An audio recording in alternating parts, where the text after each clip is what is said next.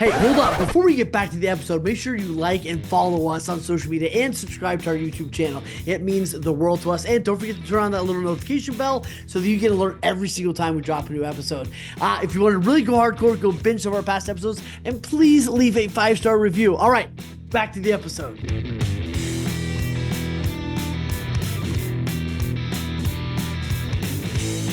Let's give it a go. There we go. You should see on the screen now. When you see it? I see a profile for home buyers and sellers 2024. All right. So chapter 1 starts out with the characteristics of a home. And so this is kind of what people are looking for. A lot of graphs on this table, on this thing, a lot of graphs. I want to break it down. The median age of the home buyer from 81 to 2024, it rose to 61. So the average used to be, it peaked up at 56 a couple years ago. Sorry. The average home buyer, there we go. All buyers, the average was 56. Repeat buyers is 61, and first-time buyers jumped to 38 from 35 last year. So, I mean, obviously we know everybody's peaking a little bit later in life. People are having kids later. They're getting married later. They're buying houses later. But one of the good old days when people were 28 buying houses, well, that was 91. I don't know, 61 being the average repeat buyer, that's nuts. That's crazy. And do you think it's getting harder to catch the market? Like, do you think that's harder, or do you think buying a home has lowered as a priority?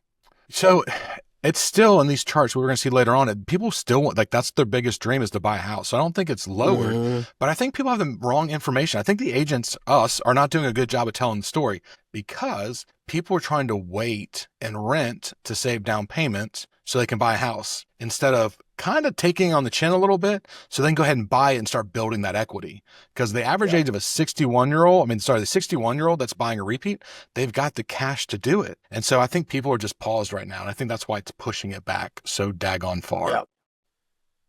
So I think it's a good one because also what it tells me is a lot of realtors are in the 38 age range, right? Like a lot of the generation, what are we, millennials?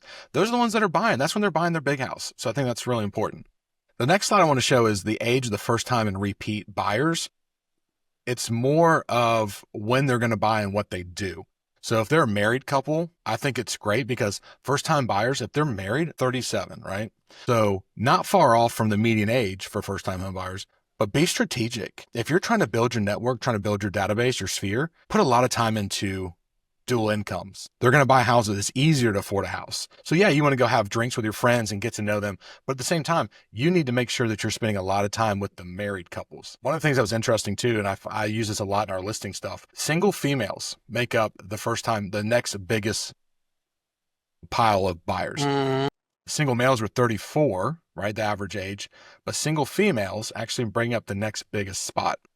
So I don't know. I think it's interesting because a lot of people, if you look at this chart, first-time home buyers between the age of 18 and 24 only made up 4%. So I also think this is why it's hard for people to sell houses. A couple of things. One is it breaks my heart for how many people are not being educated or not having a good plan to get into home before 30. You know what I mean? And if you look at the, it would be interesting to know that number. Like, what appreciation did you miss out on by getting into the market 10 years later than maybe you could have had someone come alongside you said, hey, here's probably the amount of money you need down, whether it's 5%, 10%, whatever. It's not 38%. It's a lower number. Here's how we're going to do it and get it. And I think it's just an indication that some people have, I think we're all aging a little later in some ways, but sure, the opportunity missed out is huge. It's interesting because we had Kyle Kovatz Zoom in for our team meeting, our team training, spring training, and he talked about that, trying to get buyers off the fence and like waiting, what that will do to you rather than going ahead and buying, because you're missing out on the appreciation and also paying it down. So we should have him on pretty soon because what he was dropping was deep, but it was phenomenal. Yeah. Well, I think here's the other thing too, Brad, as agents, we got to get good at it's deep, right? But okay, then how again do we make it simple? You know what I mean? And I think that's what's really, we got to be able to realtors need to be more educated to understand it, but then they also need to be able to sit down with a crayon and draw it out for someone. They go, oh, okay, that makes sense, right? Like we got to bring it all the way back to simple, which is tough. Yeah. The other thing I take from this chart is I'm a big believer that agents sell to their friends, like their price range. So if you're 24, you're probably, unless you're in like a luxury market, you're not selling $1 million homes. You're selling to the average Joe because your friends are just now buying houses. So as an agent, if you're in that range of, 24 to 34, then what are you doing to kind of just make it to your friends start buying? Because they're obviously buying later in life. So what's going to be your stopgap from the time you get into it to the time your friends really start rocking and rolling and buying houses? Because so many people get into it young, but they don't have a plan of finding business and their friends aren't buying yet. So I think that's where we've teams seen it on the podcast a lot, right? Like a lot of people got into it in rentals, right? They started doing $3,000-$4,000 rentals because that's what they can get into. But the other part too is like, I think it's where sometimes you need a niche. So sometimes you need a niche down to go, hey, I might only be 22 years old, but I am the king of, Weldon Park area, whatever. Yeah. So like you got, if you're going to do, you got to go niche in something. So you are the best in that category. Yep. Or you need to go make some new friends. Yeah, for sure. Or go be an apprentice or go be an assistant to somebody, not a real assistant, but like be a showing assistant to somebody that's got the business so you can be getting your reps in while your friends are still aging. And it does work. Yes. Yeah. The characteristics of home buyers still talking about the adult composition of a home. So again, married couples averaged 62% of the sales last year, with single females taking 20%, single males at, God, we're low, 8%. I guess I'm not single, but we're low. And then unmarried couples, 6%, and then other 3%. So I don't know what the others are. But again, put your time and energy where it needs to be. So if you're going to do networking events, make it couple focused. If you're going to go on if you're going to try and get like more business, go on double dates, have dinner parties, get both people online. And it's simple math. It's dual income. Again, don't recreate the wheel. I love this freaking profile every fucking year, dude. It reinforces a lot and also challenges a lot of things. I don't really care about this one. We'll move on. Also, I thought it was quite interesting looking at the characteristics of home buyers of race and ethnicity in a property. They've been going back to 97. As you can imagine, just because it's the way that socioeconomics work, Caucasians made up 83% of the home sales, right? And it has always fluctuated around that. But we're starting to see for the first time in a while, actually, that African Americans are making up 7%, followed by Hispanics and Latinos at 6%, and Asian Pacific Islanders at 4%. So the Latin American Hispanic Latinos are gaining ground, and that's a big untapped resource because they are getting ready to start out purchasing African Americans for the first time. That's great. And I don't see a lot of companies working that. So if you're Spanish speaking or you have the ability to have somebody come onto your team that can do that, it's such a resource, Absolutely. We're a little behind, but our state just started putting out forms in Spanish. So that's super helpful. So what's the education level, right, of households? Well, one, the most people that buy the most houses, they have a bachelor's degree. So nothing too surprising there. It's funny, the people that don't make it through grad school, they're one of the lowest because I guess they're broke from paying all their dues. And then master's degrees, MBAs, and law degrees, they're the next one at 25%. Doctoral candidates or PhDs, 7%. So I guess the higher education doesn't mean the higher home ownership. Who knows? I just thought it was quite interesting. That is your friends really never interesting to see that, though. Yeah. Yeah. If your friends never graduate high school, probably leave them alone because they're less than 1% of the buyer pool out there. Let's look at this one. If the person or their spouse is active military, so military purchases were 16% of the market last year. So really, that's amazing. So get very, very knowledgeable about what that looks like, about VA loans, what the requirements are.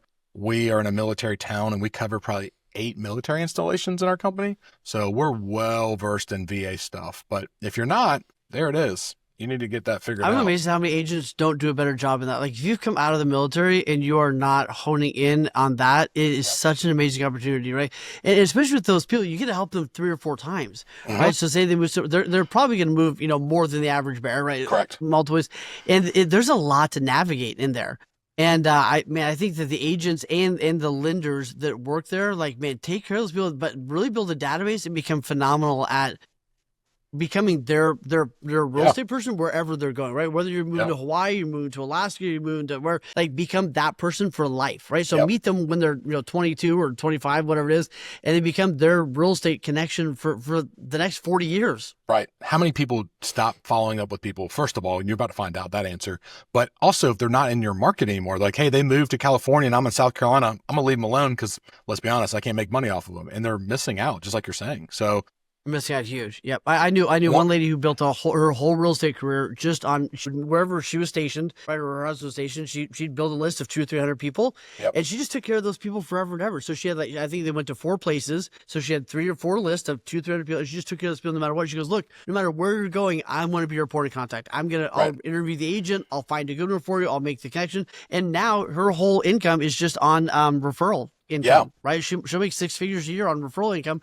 and it's worthwhile because she actually does make sure she's not just throwing into the ether, right? So making good connections, and that's valuable. One of the things, if you live in a military town or close to it, one thing I recommend, and we're doing this here because we're at Fort Jackson, which is the training base for the Army, we're putting together guys, PCS guides, putting together Facebook groups, because we have a lot of retired military actually in our company, and that's what people are looking for, but also knowing how VA process works, because they can keep buying houses as they move along if they have the right entitlements. So I know people that build a good network on that. Let's look at this one. So first-time home buyers from 81 to 2004. In 2024, 24% of the purchasers were first-time home buyers, down from 32% the year before, and well down from half, 50% in 2010. So we're seeing this steady decline. It was, pretty flat in the higher 30s for a little bit, but now it's down to 24%. That's nuts. And honestly, that's the biggest buyer pool out there. So we have the most millennials, the most buyers, first-time buyers ever in the history of the world able to buy a house or in that range, and yet only 24% are actually making it up. So prior to 2008, the historical norm of the first-time home buyer was 40%. So what is going on here, and how can we do it? I think it starts with educating, and I'm not here to keep beating the same drum, but you're going to find a theme through this podcast. We're not telling people what they need to hear, just like we talked about on the previous slide. We weren't well versed. We're not being well versed in down payment assistance programs, how to buy down rates. And like Kyle said on our call the other day, it's cheesy. I hate it. Date the rate, buy the house, right? Marry the house.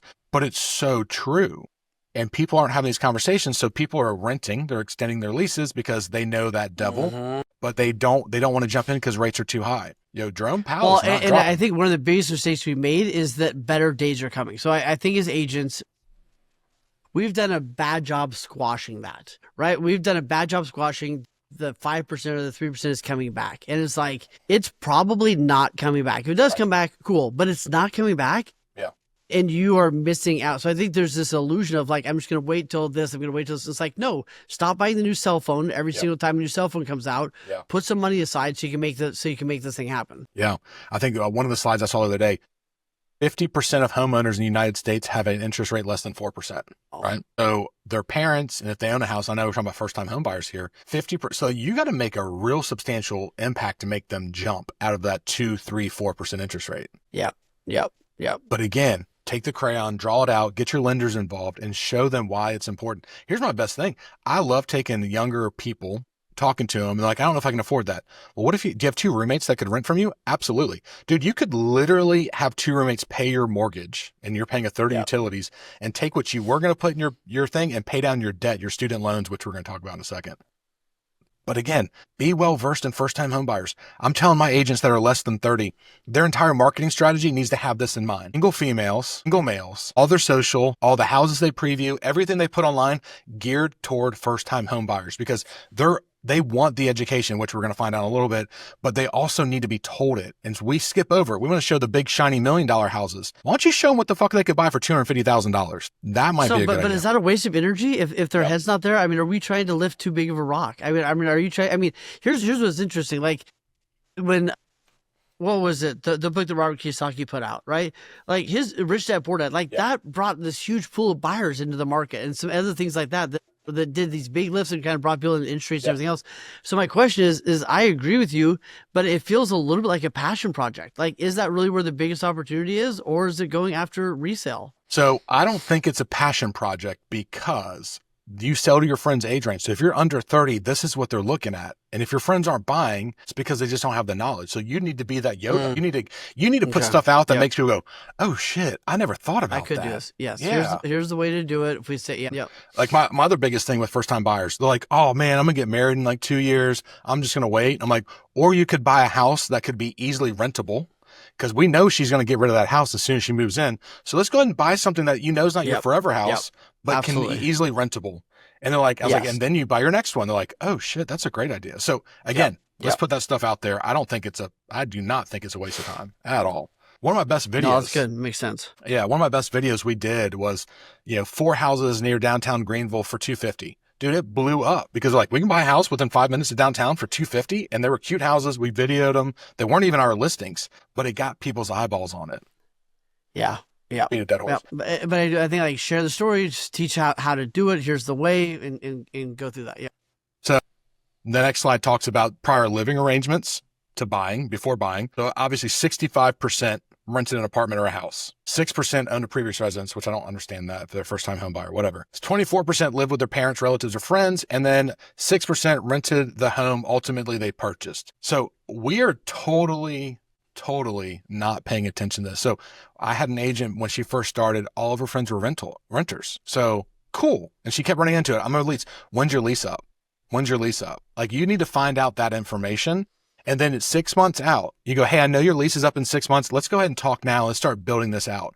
And you can get a lender to run a scenario. If you keep renting, here's what you're going to spend. If you bought a house for the same amount, here's what it would look like in 5 years. And you let a lender do it because we don't want to get in that problem. But God, it showed people this stuff. And then also throw a roommate on top of that. It's great. So hell yeah, there's shit to do here. All right. Well, and like you said, with those renters, getting ahead of that, showing them the path. But man, there's a huge opportunity if you're young too, to be, get people in rentals and then start talking about the plan, right? But most people, they get them into a rental and then they ghost them. They're like, oh yeah, we'll call you when we're ready. No, those are amazing opportunities. And whether it's 1 year, 2 year, 3 year, but that's a huge pool you should be building up. Yeah. And a lot of people, like you said, people call them and go, hey, can you help with the rental? Like, no. Here, call the property management company. Help them. You're not going to make any money, but you're making a deposit in a future sale. Like you're and what about helping make connections between, hey, you don't have the whole down payment, but I got this person that will help with the hard money, or this person that will do a lease to own. I mean, there's a lot of opportunity out there just connecting people. Yeah. There's a good slide in here about down payments and how they got it and where it came from. Fair reason for purchasing a home, right? From first time and repeat. 22% of all buyers desired to own a home. That's why they bought it. But 64% of first-time home buyers, their main reason for buying is because they wanted to buy. So it's shooting fish in a barrel, because what you're about to see in a minute is 80% of people use the first agent they meet. So like, you've got to fuck this up. It just means you're not having enough conversations. Right, yes. And the next part, which say repeat buyers, they want to own a home. We knew that. But what happens on repeat buyers, which I thought was interesting, if you want to look at it that way, 17% want to be closer to friends, family, relatives. Okay. They want to have a larger home. Got it. And they have a change in the family situation. Or they want a smaller home, or they're retiring, or they want to be in a better area. So what do I pull from this? When you have a client, you need to keep them in your sphere somehow, some way. Keep in touch with them through events, checking in, because when life events happen, that's why they buy. Yes. Because they want to be closer to family, friends, and relatives, which means to me, their kids went to college in a different state. And I've seen parents move with their kids because we've got a lot of helicopter parents these days. But I've also said, hey, grandbaby's here. I want to be closer to the grandbaby. Or we're having a baby. We need a larger house. So you need to be in touch. And this is why I love Revaluate, the product that we use. I use it a lot. I know you know a lot about it because you've done some work with them, because it looks at these family changes and lets you know that they might be looking for a life change that could lead to a sale of a house. Well, and here's the thing. You should go through your database. Let's say you have a database of 300 people. You should go through every single name in that database and go, what would cause this person to sell? Right. And either you ask them that question or what is, but every single person, like, okay, Douglas is, okay, well, they're probably going to buy when they have another kid. Okay. Right. This, you should know probably what's going to drive every single one of those people, and then make the list of if they were going to go somewhere, where they want to go. If these people were going to go through that. But like what you said, these top 3-4 things, that should be, especially for repeat buyers, that should be your marketing. Your marketing should be, hey, are you tired of being an hour and a half away? Are you tired of your 3-hour commute every day? Are you exhausted with having to clean a house that's way too big, right? Or whatever it is. Like that should be the marketing. We should be talking about pain points. And if those are the things, you know what I don't see on here? Interest rate. Like that may have like pushed people, but one of the things on here is like the reason these people made their choices was the interest rate needed to be worked through, but that wasn't the driving factor for anybody. Because these are the repeat buyers. Don't forget, most of them have an interest rate under 4%. So they're giving that up to go make a life change. It's more painful not to make the life change than the interest rate. And I'll push back on you, and I'll be a little punk ass bitch for a second and be like, well, I don't want to call people and just say what they're up to. I haven't talked to them in a while. It's weird. Well, what I like to tell my agents is like, on Sunday, we're having cookies and beer. It's a client event. We pair cookies with craft beer. They come out and hang out. But guess what comes up? Ford, family, occupation, recreation, dreams. Hey, Steve and Sally, haven't seen you in a while. What's going on? Oh, we're about to expect our first grandbaby. Oh, where are they at? They're in Florida. Yeah. So you think about selling the big house here and buying a condo here and there? Like, what's your idea? And they're like, they may have not thought about it, but they're going to go home and Sally's going to be like, Steve, we're buying a fucking condo in Florida. We're going down there because we're going to see this baby. Absolutely. So you can use it through just conversation. So got to get passionate about this shit. So other homes owned, this also slapped me in the face. And I took about 80 slides out of a 240 slide deck, by the way. So this thing's pretty robust. But look at it this way. 83% recently purchased a home only, just their home. 8% own one or more investment properties. 2% previously owned previous homes that buyers trying to sell. And then one or more vacation homes at 4%. So what you're missing out here is not having the conversations with them, because people may actually own multiple houses or be open to it. So like 8% of your database will or wants to own one or more investment properties. So how are you having that conversation with people? Is that coming up in your Ford occupation? Like, what are your plans? Are you looking to buy an investment property this year to help offset some tax liabilities? Like, what are you up to? Those numbers are higher than I expected. And I think to your point, Brad, like having deeper financial conversations is what, like, we used to have access to the MLS, nobody else did, right? Like we used to have this, nobody else did. We used to be able to pull this, these kind of stats, nobody else. Like, it's different now. And your value, I believe, moving forward is going to be more of a connector, but also and don't shoot me, but like more of a financial advisor.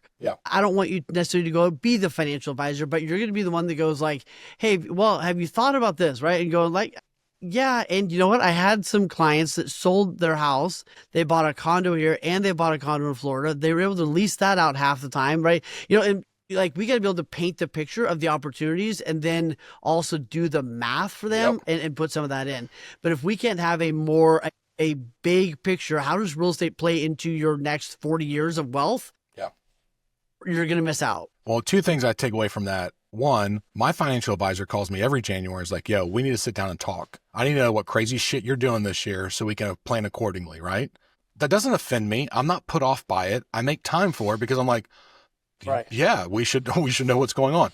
But two, another good aspect, if they're not doing it, and I made some good money back in the day when I was selling, I went to financial advisors I knew, and I was like, hey, let me be your real estate dumpster.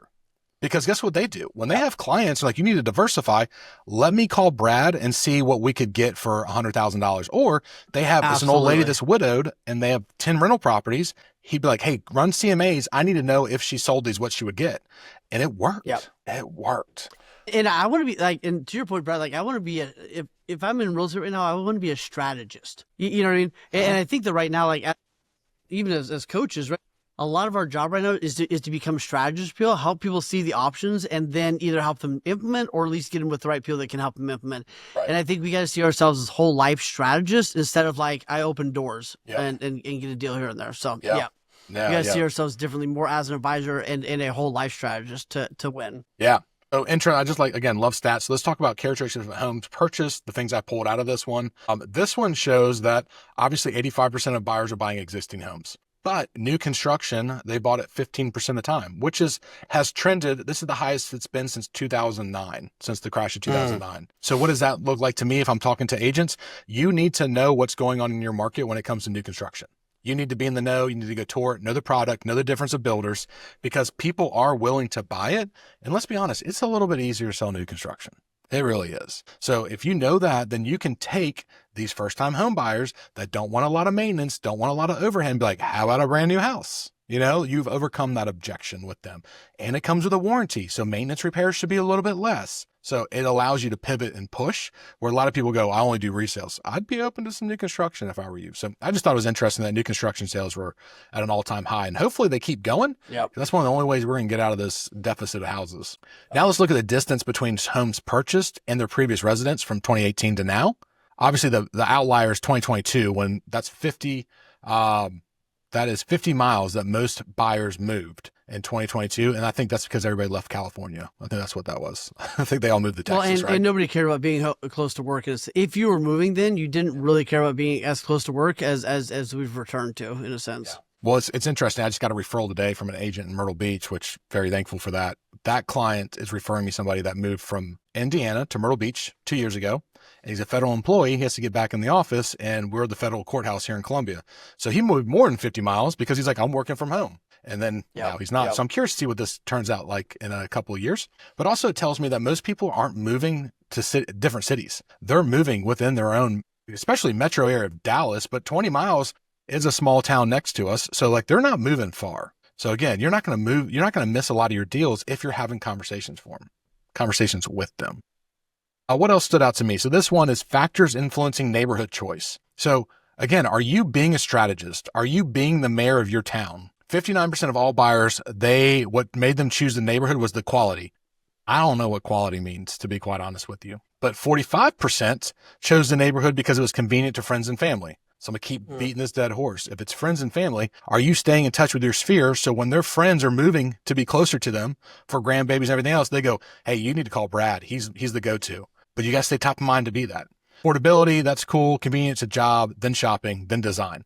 The least, convenient to public transportation, bike paths, planned home communities. So again, I'm just curious about how all this kind of shakes out. But overall, it always comes back to being close to friends and family. That's it.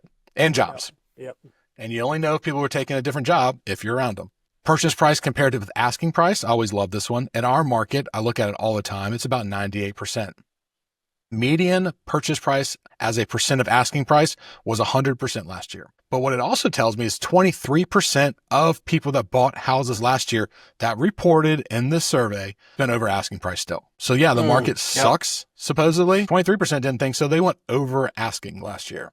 The majority got between 95 and 99%. So buyers are still willing. But the thing I take away from this slide is if you're a buyer, if you're working with buyers and you're having your appointment with them and you're talking through, it behooves you to set that expectation of, hey guys, I don't know what you've been reading in the news, but in this market, the average seller is getting about 98% of what they're asking. Not saying you've got to offer that, but you need to know what the seller's expectations are, because the strategy may not be hitting them low and asking for closing costs. It may need to, hey, we need to go over asking, but still get what you want. So setting those expectations are super, super important. Yeah, and it really is. Like this is a full price market. You know, it really is in a lot of ways. So if you're looking to, and I think that education piece out front is so huge, because so many people right now are still, looking at the, the houses $50,000, $100,000 more than they want to spend, and just you got to nip that right off the bat and not let that happen. Well, and also let you know if the buyer's gonna be crazy, because we have some buyers that are like, I'm offering 20% under every time. I just need you to know that. I'm probably not gonna work with you, because sellers are only coming off 2%. You're not going to win. And I'm going to do a lot of offers. Yeah. But let's talk about the importance of environmentally friendly features. I'm always curious, right? Ooh. The lowest, 6%, thought it was very important. 12% thought somewhat important of solar panels. Fuck solar panels, by the way. Those things. Amen. Shit. God, run. Those are the worst sales ever. Yes. But they're worried about heating and cooling costs. They're worried about the windows, doors, and siding, and then commuting costs, which we can't take consideration in, and then energy efficiency. So what does this tell me? Well, if I'm a listing agent, I'm going to make sure that we have the power bills, the cooling costs. I'm going to point out energy efficient things, because that's what buyers are looking for. Yep. So I think that helps you get a better price on your house when you point out the features that the other houses you may be competing against don't have. But yeah. Well, and I think that's a good place. That goes back to the education piece, Brad. Like you and I get this. Like you can bring people in to do, blower door tests and all these other kinds of things. So I guess what I'm saying is, if you need to educate your sellers, meaning, Brad, somebody brought this up the other day, a first time seller course, and how cool would that be, right? Like, because nobody's talking about that, but like, it may not be rip out all the windows. Maybe, hey, we did a study for $200, and here's the 3 best ways for us to save energy. Here's what we did. Yeah. All right, I will continue on. I'll be right back, my friend. Yep. All right. So the other slide that we're going to move on to is the expected length of tenure in the homes purchased since 2006. So this is the expected length. So you got to really put this is not exactly how long they've stayed there, but this is how long they expect to stay there, right? 15 years. They're expecting, the buyers last year expected to be there for 15 years. In 2006, it was 8. So what does that tell you as a real estate professional? What do you need to be looking at? Well, their expectation's 15. I'm curious to see how long it actually is. But what do they need from you for the next 15 years? Do they need to know why FSBOs shouldn't do FSBO? No. Should they know about open houses? Maybe. But how are you staying engaged with them? How are you entertaining them? And I'm not talking like a sideshow freak, but like, what are you doing to keep them involved? Is part of your marketing kind of showcasing new stuff in the market? Is it just staying relevant, right? Because for 15 years, they don't need you. Or for 14. The 14th year, they're going to re-engage with you if you're still around. So I think this really comes down to making sure that you have an after sale prospecting plan, right? A lot of us don't follow up at all. Some might be like, I have a year follow-up plan. Bro, you need a 20-year follow-up plan. And it's not every week or every month, but it needs to be like, I'm going to invite them to 2 events a year. I'm going to set them up with Fellow or HomeBot and have it drip on them. So that way they know I'm top of mind. I'm going to send a newsletter. I don't care what it is, but you've got to have a plan for longer than 15 years because they're expecting to stay there for 15 years. So it's a big decision to them. It's not a turn and burn like we thought it was. Factors that could cause a buyer to move, right? So this is also good. Well, they move with life changes, family, marriage, children move out, retirement, right? House could be too big. 25% said they're never moving again, but 37% were the ones that move with life changes. 21% household members' health, 19 job or career, and then 17 downsize smaller house. So what does that tell me again? The way you can get these deals, because you have to be in connection with these people based on their life events. So that means you're going to have to keep conversations with them for 15 years. How you doing? How's life? What's happening? If you do that, you will have people in your database and pipeline for years and years and years to go, but you need to be top of mind. They got to remember you and they got to know who you are. So let's take a look at the home search process, right? So this is always interesting to me because it sets expectations with us and our clients on what we can do. First, let's start with the first step taken during the home buying process by first-time and repeat buyers. So what do? All buyers, 43% looked online for properties for sale. That's what they did. That was their first step. So where are they probably going, right? The big ones, Zillow, Redfin, Realtor, Homes, all those things. 47%, which is higher than 43 average, did that. But first-time home buyers, it was still the biggest thing they did, but it's only at 28%. 16% of first-time home buyers and 22% of repeat contacted a real estate agent as their first step, by the way. And then 11 of first time and 5% of repeat contacted a mortgage lender. So I take 2 things from this. 1, first-time homebuyers are not afraid to talk to lenders as much as we may think. So a lot of us try and dance around that. Like, let's go look at houses. Have you been pre-approved? No. Okay, cool. Well, we don't have to do that. But like, they're actually open to doing, because they do that the third most amount of things when they're doing looking for a house. And then they look for information about the buying process, right? Talk with a friend, neighbor, relative about the buying process. They drove by homes, only 3% visited open houses. 3% of buyers repeat and first time. You know, I'm an open house hater, right? So open houses aren't the way to pick up buyers. That's not the first step they're going to do. They may come visit your open house at a higher rate, but at the same time, that is not the first thing they do. So you're probably not going to meet these people at open houses because they only come to them 3% of the time as their first step. Let's see here. Information sources used in the home search process. So of all buyers, 86% use a real estate agent as their information source. So that's great. That's job security right there. But who are they reaching out to? Are they getting connected through a third-party app, a portal, or are they reaching out to y'all? Well, that's a good question to ask, and I'm not real sure because I didn't dive that deep into it. But also, what information are they using? Well, they're doing mobile and tablet searches. I don't know why that's one of them. They're doing open houses. They're visiting open houses as an information source 49% of the time. 3%, that's the first step. But 49% actually visit open houses. So 1, if you're a buyer's agent, you better recommend to your clients or tell them how to operate an open house, not to sign anything, to kind of keep their opinions to themselves if they're going to go without you. But the things that don't work are actually more important to me than do. So obviously television, relocation companies, and billboards all clock in at 3%. So those people doing billboards, not saying they don't work, but it's saying they don't work as much as they would as if they already knew you. So maybe not the best way to get information. Home books and magazines, obviously, for 5%, news and print, 6%. The biggest thing, real estate agents. So I don't know, keep beating that dead horse. All right, you're back. Good. I'm tired of talking to myself. One thing I like to look at, this slide. So this is the median time buyers spend searching for a home was 10 weeks. And that's the same as last year. It went down to 8 in 2001, up to 12 in the early 2000s, and then down to 7. So last year, buyers viewed 11 homes and 4 were only online. So they looked for 10 weeks. And that doesn't mean they're necessarily looking with a real estate agent for 10 weeks, by the way. They're doing some research. They're looking online. They're doing some research on the process. And then they may reach out to you at a certain point. But 10 weeks, that's the process. So we got to strap in a little bit. That feels so much shorter than I think we've been told. Yeah, I used to be told. It feels short, doesn't it? Like, yeah. And I guess it all depends on when you say that starts. But it's not as long as most people. I guess there's 2 categories, right? There's people that call you and say, hey, we're getting in the market to sell a house. You know what I mean? And then there's the other people that have filled out a Zillow form, 6 years ago. Yeah. When the thought first poked in their mind. So I think you just got to know who people are and identify them better by asking better questions up front. So you know who I'm going to need to spend time with over the next 3 years, and then who's ready to go right now. Because it seems like, if I'm kind of hearing this right, Brad, it's like there's almost 2 kinds of buyers, and we need to treat them accordingly. So one, this is like the ready to go buyer. And then there's like the internet suspects that do take a year or 2 sometimes. Yeah. No, I think the research is still there, where people that come off online portals, they're between 12 and 18 months, right? These are 10 weeks. If I had to guess, this is when they engage with a real estate agent, because I remember the stat back in the day that the average buyer looked for 9 months. And then at month 3, which is 12 weeks out, they engage with a real estate professional to go find a house and get going. So I think it is still probably close to 8 to 10 months that they're doing research. And we're going to find out what they're looking for when they get there. But this also stands out to me as like, what the hell are we doing as real estate agents showing somebody for 10 fucking weeks? Like, do we not have our process down? Yeah. And that's where I think it's just hard to know who's who. And that's where you got to identify where it's at, where they're at in the process. 11 homes viewed, 4 were online. So that means 7 houses were viewed in 10 weeks on average. There's enough inventory out there. That shouldn't take that long.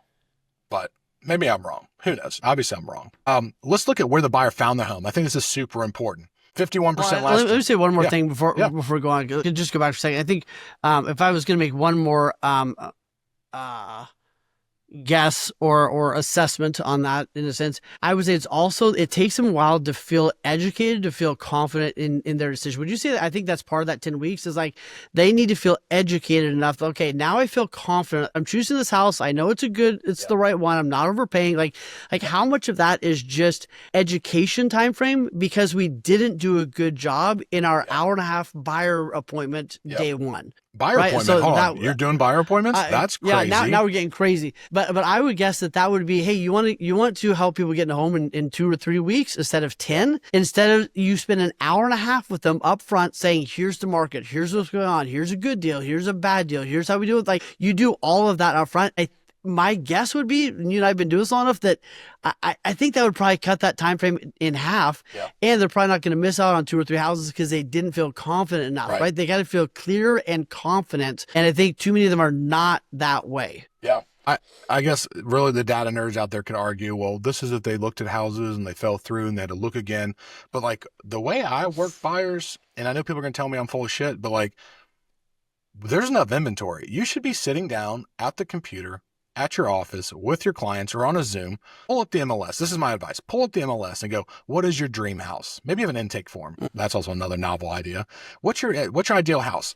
4-bedroom, 3-bath, 1-story with a pool, fenced yard, two-car garage. Cool. And you literally type it in the MLS while they're watching you. And you know it's going to come back a big old fucking goose egg. And you're like, all right, well, there's no houses that meet that. So we have 2 options now. Do we want to wait? And I just set up a search. When things pop up, we go and look. Or what are you willing to live without? Maybe we could add later, like a pool, a fence, garage, maybe. And then you're going to get 20 results, right? Out the 20, go through them with your clients in front of them. Like, hey, do you like this one? No. Like this one? No. Yes. Yes. Get it down to 10. So I like to tell clients, we're going to go look at 10 houses. Then we're going to go back and look at your top 3. And then we're buying a house because I just found you 10 houses that meet your criteria. And if they push back hard, then they're not, I won't say they're not willing and able buyers, but there's something that's going to hang them up. And you need to figure out what that is.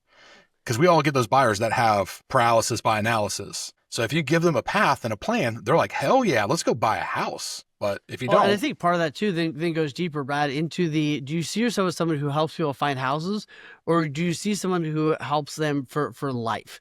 And I think it's going into way deeper conversations in the beginning, and then making sure that you're having the conversation like, how does this play into the rest of your journey for the next 45 years to make sure that this is what it's all about? Yeah. Right? Is this about building wealth? Are we going to buy something that we can then rent and then move up? Like, you should never, when you and I talk about this all the time, you should never sell your house, after houses. Right. Not in this day and age, right? You should, right. But we're not having those conversations and getting the big picture with people and building out a 20-year plan with them. Yeah, no doubt. Moving on to the next one. And we may have to make this into 2 different podcasts. We may have to come back because there's a bunch of slides left and we're 43 minutes into this bad boy. Where the buyer found the home they purchased, right? So 51% used the internet. Cool. So what does that really mean? That means your pictures got to look good. That means it's got to be staged because you're selling fucking pictures. Your first step is you're selling pictures, and if people like it, then they come inside. 29%, they found their home through the real estate agent. Congrats, you're still important. That's a good thing. Then 4% yard sign, open house sign, 8% friend, relative, and neighbor, home builder at 5%, and then directly from the sellers, like a FSBO, 4%, right? So you've got a 12% opportunity there through friends, relatives, and neighbors and your yard signs to find a buyer. Or that's how they found the house. But guess what? Yeah. I wonder how many phone calls they got back when they called that yard sign. I wonder how much information they get off that yard sign. How can you capture people instead of just putting it out there?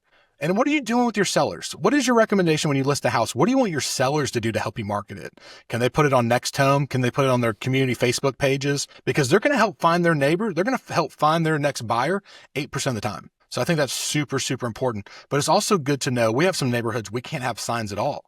So when we go in there, I set the expectations, like, guys, 8% of your neighbors find your next buyer. So without a yard sign, we're going to be a little bit down than we should be because it's a little bit harder to sell your house here. So I think that's helpful. Most difficult steps from buying a house, the process for first-time home and repeat buyers. What was the hardest thing that they found? It was finding the right property at 55%. And then paperwork, then understanding the process, then saving for the down payment. Only 8% had a problem getting a mortgage, 4% had a problem with the appraisal, and 20% had no difficulty. So what does that tell me? Well, first-time home buyers, let's break them down. Finding the right property, 53%. So what are you doing through your socials, through your reels of telling people how you help your clients find the right property? Like, what are you doing?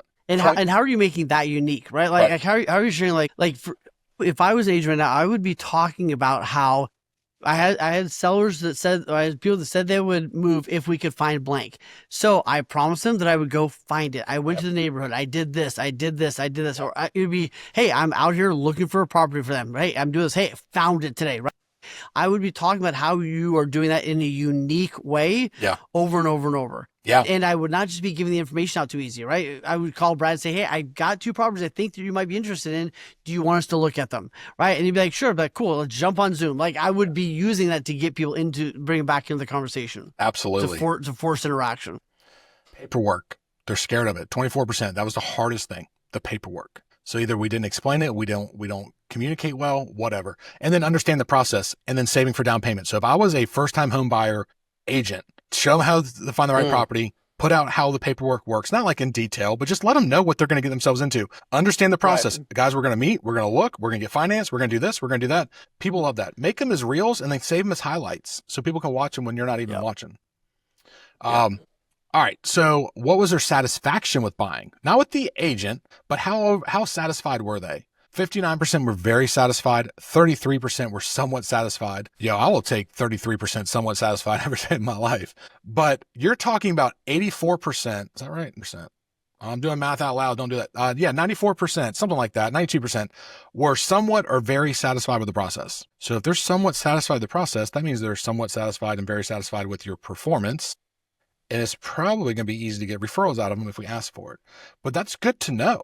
That's great to know. If they're not satisfied, maybe that's just on them. So we got a couple more slides. We're getting towards the end of this thing, but I think this chapter is going to be really, really important, and we can stop this whenever we want. But the method for home purchase, for home buying and the real estate professional. Good news, the average person bought their house through a real estate agent 88% of the time. So no, the sky isn't falling in 2007 when Zillow came and the internet came out and started taking our jobs. They didn't take our jobs. People are still willing to use a real estate agent 88% of the time. And that's actually up over some years. What has changed a little bit is direct FSBOs are up to 7%. That's up 1% last year. So here's my 2 cents. Do not put anything out there about FSBOs on your social media. Don't tell them they're stupid for trying. Don't like, here's what FSBOs don't sell. Don't even worry about it. That's only 7% of the market. And you look like an asshat when you're doing that stupid shit to FSBOs. Leave them alone. And if they can sell their house themselves, hell yeah, let them do it. You don't want to pay commission either. I get it. And then of course, directly from the builder, 5% of the time. That's pretty Freddie's. But if I was a builder, I sure as hell wouldn't be having people sit on site and paying agents to sit on site because only 5% come directly to the builder. What buyers want most from a real estate agent, this is super helpful. They want, in the buying process, help to find the right home they purchase. That's what they want: help to find the right home. They want help to negotiate. They want help with price negotiations. They want help with paperwork. That's what they want. And determine what comparable home sales are selling for. They don't want to help teach the buyer about neighborhood in the areas. They're going to do that themselves. They don't necessarily want help finding and arranging financing. And I don't know if they don't want help or they didn't get help with the financing. Are you recommending the lenders that they should talk to? Or are you going, oh, you already have somebody? Cool. Great. Thanks. So again, I don't know if that's the right thing or not, but 50% of them, just about 50%, want help finding the right purchase. The next slide talks about how the buyer found a real estate agent first and repeat. This is where, if you don't take anything else from this, take this slide. 40% of all buyers were referred by a friend, neighbor, or relative. 40 fucking percent. 51% of first-time home buyers. The next biggest category for all buyers, they used the agent previously to sell a home at 17%. The next one down at 7 is they inquired about specific property viewed online and the agent was able to capture them. Then a website, then referred by another real estate agent at 7. Starting at the bottom, you know what didn't work?